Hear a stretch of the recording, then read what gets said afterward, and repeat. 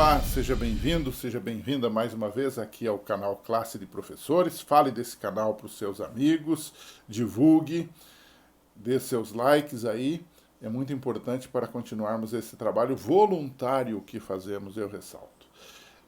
Esta semana estamos estudando a lição número 7 da nossa discussão do livro de Deuteronômio e um tema extremamente importante para nós que vivemos os tempos do cristianismo. Né? Lei e graça, esse é o título. E é naturalmente uma análise da relação entre a lei e a graça em Deuteronômio.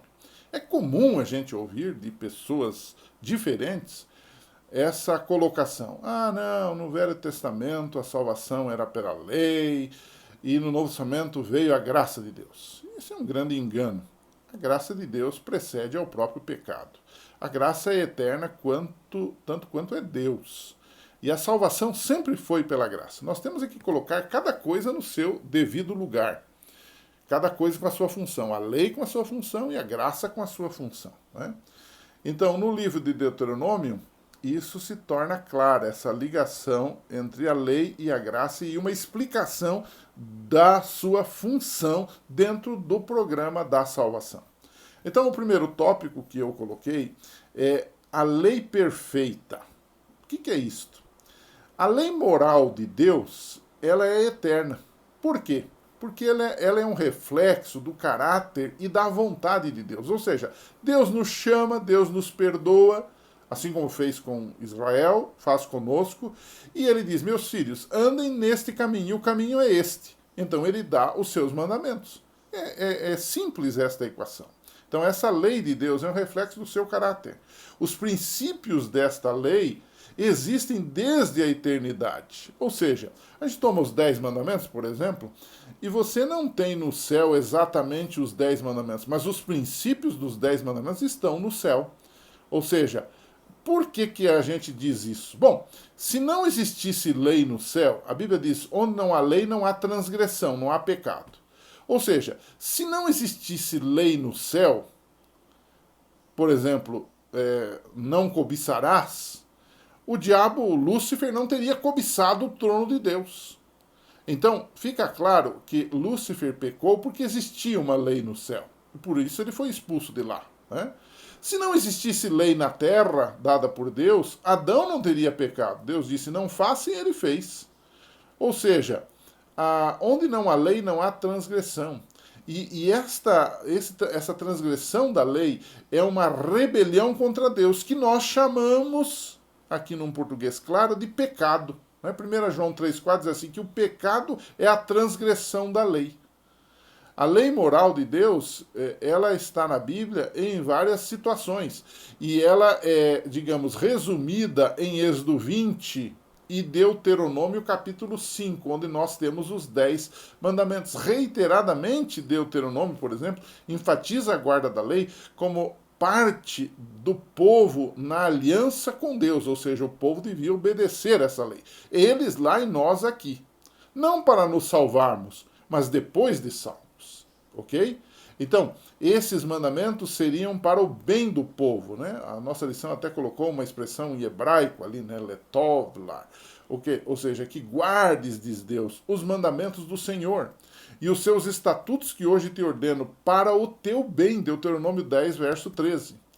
Então agora nós chegamos naturalmente a uma pergunta, que seria o segundo bloco da discussão da lição dessa semana. Né? Qual seria, então, a relação entre a lei e a graça em Deuteronômio? Bom, se você discutir a lei e a graça em Paulo, você tem uma explicação muito interessante e muito profunda.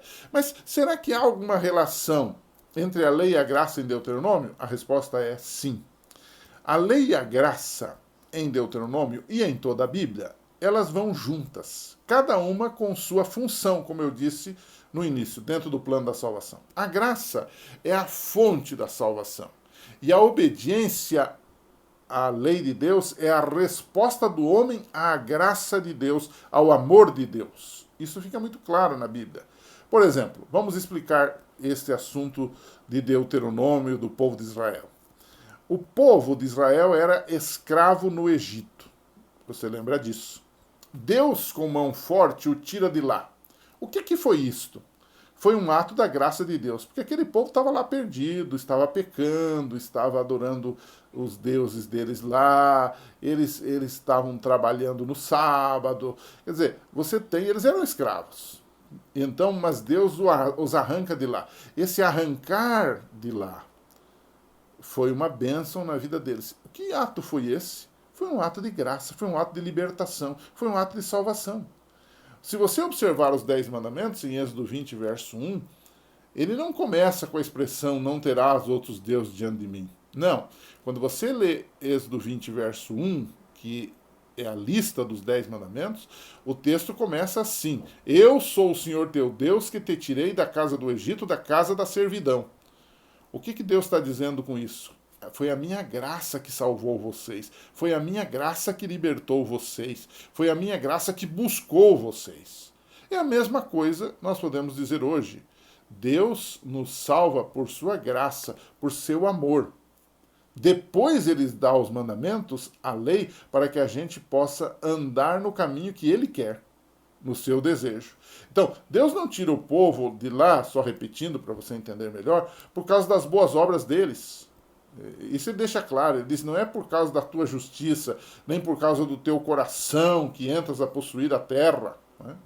Deus tira o povo num ato de graça e dá então os mandamentos para serem obedecidos. Ou seja, aqui fica claro, a salvação é pela graça, mas o desenvolver disto, a sequência disso deve ser de obediência. E aí a gente entende uma coisa, essa obediência não é meramente do homem, ela é uma obediência produzida pela graça de Deus na nossa vida. Tudo é obra de Deus e louvamos a Deus por todas as coisas. Essa é o que eu chamo de obediência da graça.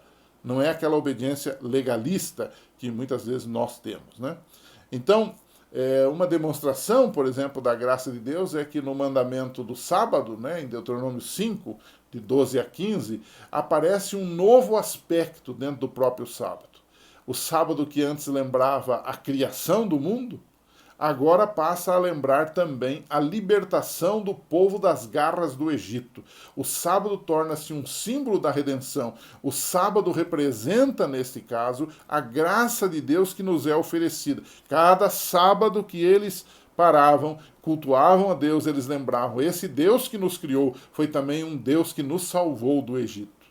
A mesma coisa podemos nós praticar hoje. Ou seja, chega ao ponto de mais tarde, muitos anos depois de Deuteronômio, em Hebreus 4, o autor de Hebreus colocar o sábado como uma representação viva do descanso da salvação que Deus quer nos dar, que Jesus quer nos dar, do descanso da salvação. Ok? Bom, colocado isso, a verdadeira função da lei, a verdadeira função da graça, a pergunta que fica no ar é como guardar a lei sem ser legalista? Ou seja, o que é um legalista? É aquele que acha que ele, guardando a lei pelas suas forças, ele adquire méritos com Deus e ele se salva por isso. Não, a salvação é gratuita e vem como uma ordem, como um decreto de Deus. E eu, ao aceitar isto, agora ando com Deus, guardando os seus mandamentos e obedecendo a sua lei. Agora, nós não podemos esquecer que tudo vem da graça de Deus. As nossas boas obras, na verdade, amigo e amiga, são o resultado da operação de Deus em nós e por nós. Converse um pouco com os seus alunos sobre isso, com os seus amigos, ou medite você mesmo neste assunto. Que Deus abençoe. Semana que vem, se Deus quiser, estaremos de volta para mais uma lição da Escola Sabatina no livro de Deuteronômio. Um abraço e até lá.